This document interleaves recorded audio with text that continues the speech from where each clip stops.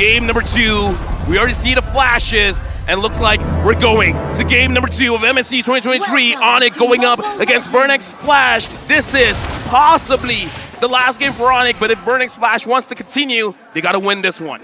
They definitely do. And taking a look at these lanes, right? I mean, I understand, right? Leslie does good against a Claude based on range, but early game Leslie, I think she needs a little bit more time to level things up, have the damage that she's meant to have. Yeah, against everyone else, sure. Against Claude, no. Claude just doesn't do anything in lane against the Leslie. You can expect the Cho, Keyboy, to always be top lane if they want CW to be, you know, a factor in the game. Plus, honestly, the real reason why Leslie is so good going up against the Claude, because the playstyle of a Claude is you want to battle mirror image in, blazing duet, and usually you'll be using a Wind of Nature. Going up against a Leslie that does true damage, the Wind of Nature is a non-factor.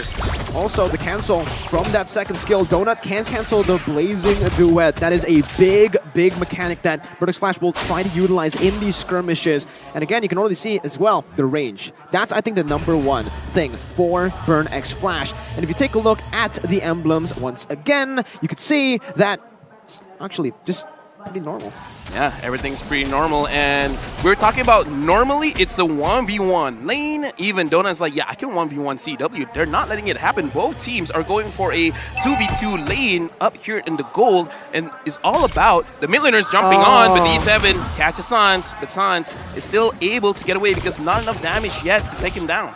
Yeah, this is really different to what we saw in game number 1, right? A lot more emphasis on the gold lane for sure. And the fact that Sans can actually mobilize around the map a lot quicker than CCAT actually might be the answer or a little bit of an edge that ONIC does have here from the mid lane. Because with the mid lane control, they're going to be able to rotate a lot faster. But now, emphasis onto the next neutral objective.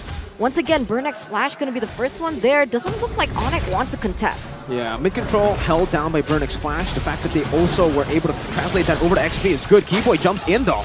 Yeah, right now looking at Kyrie dropping really low, has to use the little counter, so now he really can't contest for the turtle. Boots finds ATM. ATM, even though he has the vengeance, able to run away. D7 gold lane, unable to catch Keyboy, but looking at the gold lane, looks like Donut is being harassed by Sans. First blood goes over to ONIC. I mean, we talked about it right before, right? Novaria has the range, has the damage, and has the mobility, right? So she's quite broken, honestly. We do understand why she was banned out in that first game. And here in the second game, man, Donut's not going to have a really good time if Sans is able to roam around like that. And it's still a different ONIC. Game number 1, ONIC played towards CW. Game number 2, ONIC are playing towards CW. What that shows is CW is feeling it, unlike M4, right? So he can actually carry the game. And this time on the Claude, he's actually performing really well against his counter. If Leslie falls off, if he's not able to survive in the laning phase, it's done. And they're doing it as well onto Chama. Chama gets kicked. Sans as well as Kyrie is there. Sans secures the last hit, and now Keyboy is feeling himself. He's like, yeah, I got the Cho, I got a playmaker. Donut and D7 are there. It looks like they want to deal a little bit of damage onto Keyboy. Donut there. Donut has to flicker away. That's a big battle spell used. For sure, for sure. But even then, oh, wait a minute. Kyrie, he's going to get taken low just a little bit, though. Yeah, looks like he's willing to sacrifice a little bit of HP to make sure that he secures that. Keyboy able to run away. Kyrie very, very low. But again, the backup from ONIC is very, very fast. And it's a good start because 1.4 thousand goal lead for ONIC. That was such a good dodge, right, by Keyboy earlier. But what I really wanted to highlight right now, right, 4 minutes in the game, we are going to see the in-game equipments in just a bit. But please highlight that Kyrie here on the Balman, like we mentioned, is 1 level ahead of Chama. Also, just going for the Molten Essence, like we mentioned, there's no damage necessary for this Balman. You can go just full utility. And on the other side, you can actually see, because they have such a good utility jungler at their disposal, they can actually just give Boots the option to go for full damage. He actually already has the hammer. He's building most probably towards, I don't know, maybe even in this position, Heptases. He might just want to be the assassin that dives on Donut. Right now, ONIC starts the turtle. D7 tries to find an angle, unable. He guts Kyrie. Chama secures the turtle. Wait. Kyrie goes down. Seacat secures that kill for himself. But Boots on the back line. Make sure he gets Seacat to make sure that that's a good trade. But Chama gets Keyboy. A lot of fights going from the back and forward. CW is still clearing the lane. Boots, you're trying to run away. You're not running away from Chama.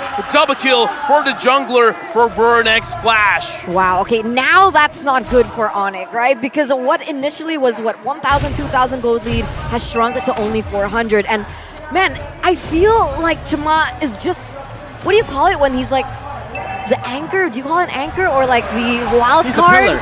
He's the wild card, honestly. When he performs, it's so difficult for ONIC to look for anything on the board. And look at that, the entire situation just gets flipped to the opposite end. I gotta say, honestly, for that scrimmage just now, a lot of props has to be given to D7 because he stopped Kyrie, and once he's stunned up, he can't use his retribution. So the retribution fight was very easy for Chama. D7 taking a bit of poke damage, but Donut took more damage than D7. An accurate shot coming in from Sans. And I think it was just a bit too greedy from ONIC, right? The reason they were able to win and get a lead early on was the fact that they were able to play around CW. Because BurnXFlash, their composition heavily emphasizes that turtle control. With the Yi, better mid control, and with obviously the Fredrin, they could just give the chance over. Wait, Keyboy. Looks like the kick doesn't actually connect to the right spot. Keyboy has to run away, but D7 is going to get punished quite a lot, but the flicker saves him. And now D7 looks like does he really want to go back in? Kyrie is blocking for Keyboy. Keyboy actually canceled his recall, but so far, as long as no one gets sacrificed for the side of ONIC, all is good. Oh, look at CW getting in that item as well. That's a little power spike for him. Should be able to work around it. And like you mentioned, a different gameplay for ONIC. And I agree with you, right? Because when ONIC were leading, they did not contest for the turtle. Instead, they went in for a gank onto Donut. There, they force it out. They lose, but there's a mid power spike coming in, especially for Kyrie here. We'll see what happens. D7 jumps in, but doesn't get Kyrie. Kyrie secures the turtle. Look at that. D7 is going to go down. Boots secures it. ATM got kicked in the wrong place, but Chama is still in the middle. Double kill for Boots. Boots again taking the team on his back. CW tries to chase after ATM, but ATM almost gets sniped down by Sans. Again, ONIC playing it just clinically in that position. Sans trying to look for him.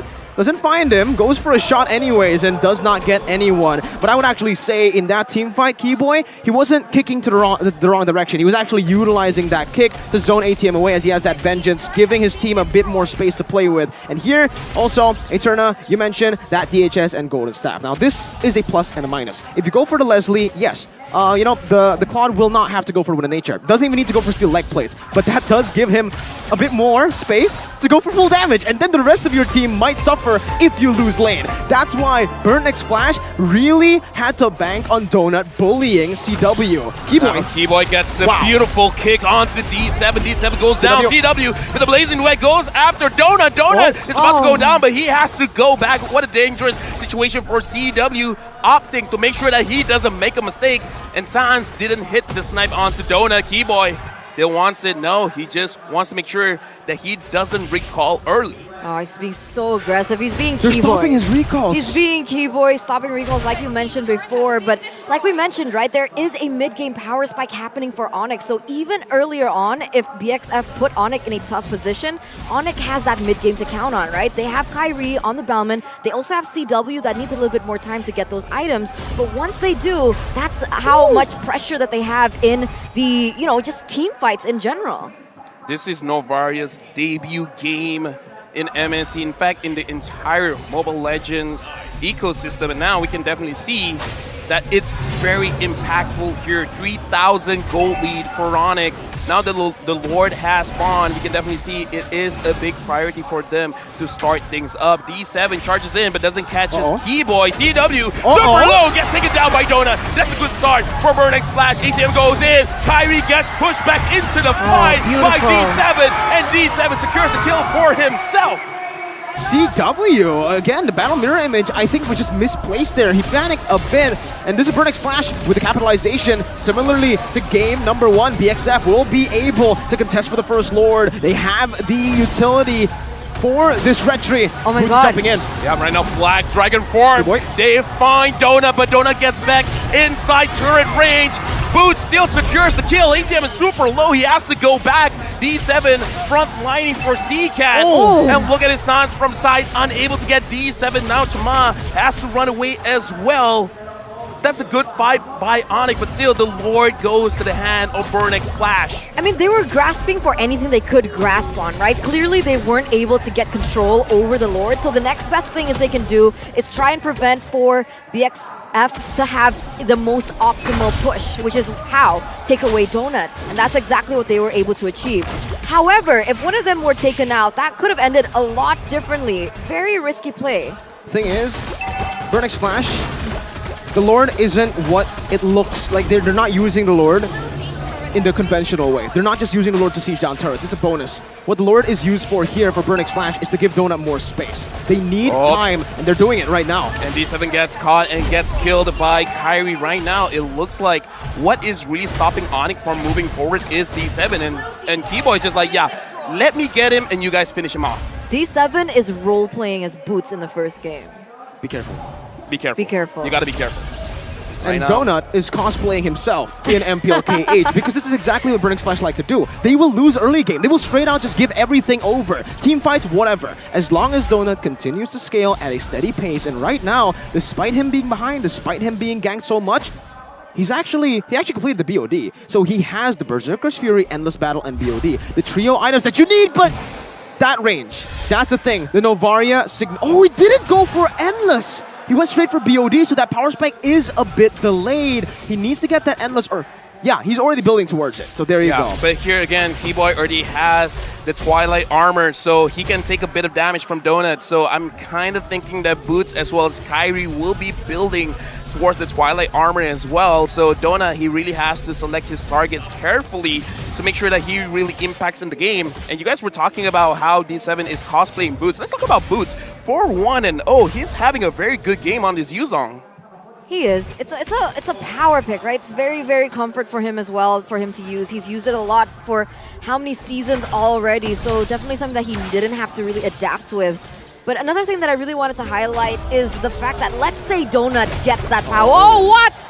ATM. All right, ATM's fine, ATM's fine. Getting chunked quite a bit there. Yeah, but let's say Donut gets to that power spike, right? The problem is Leslie is single target, right? So even if she does get that damage, she gets the crit, she gets the true damage as well, how much of an impact can she have if CW is already full item? Oh, it's still big. It's still Still massive. big, yeah. Like, CW on his own gets countered by the Leslie, right? So, again, CW can't just go in randomly with the Blazing Duet. They need to target Donut. And the thing is, BurnXFlash's composition is already playing around Donut. The Joy and the Fredjit, most importantly, are there to just prolong the team fights, to give the Leslie more time, more space, to poke them down. Slowly but surely, that true damage builds up.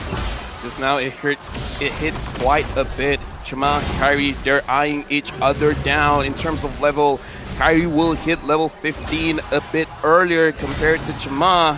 And now Keyboy manages to get CCAT, but no one is close enough. CW is there, but Keyboy's going to get taken down by ATM. And now CW and Sans, they're trying to kite away. Boots from the backline. Black Dragon Form goes after Donut, and Donut gets petrified. Donut still survives, but Sans gets the killing spree.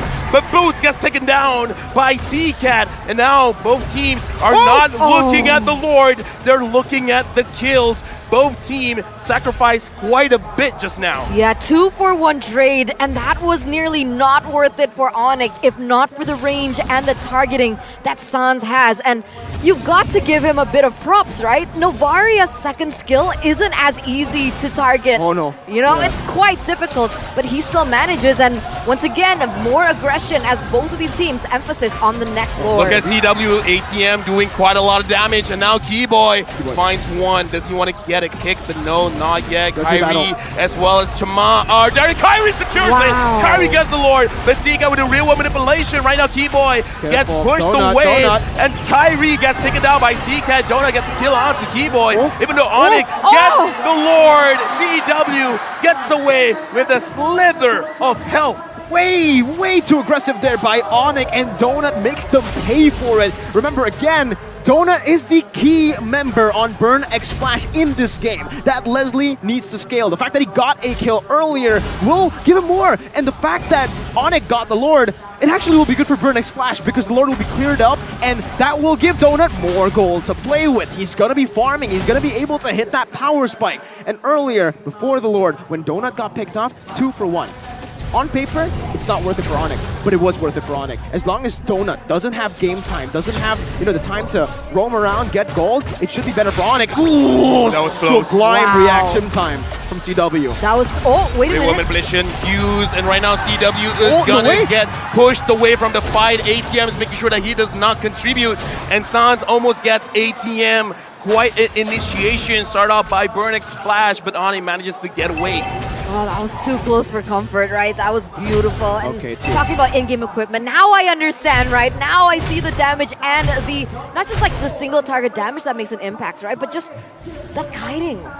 The kiting, the cancel, and now he's actually building towards Wind of Nature. Yeah. So he has That's the the big trio difference items. here. That's so bad. Big difference here. That's what we mentioned, right? The trio items is what he needs to deal damage, and after that he can go for Wind of Nature, and then, if the game goes even longer, second BOD. With that second BOD, it's almost a guaranteed win. Keyboy.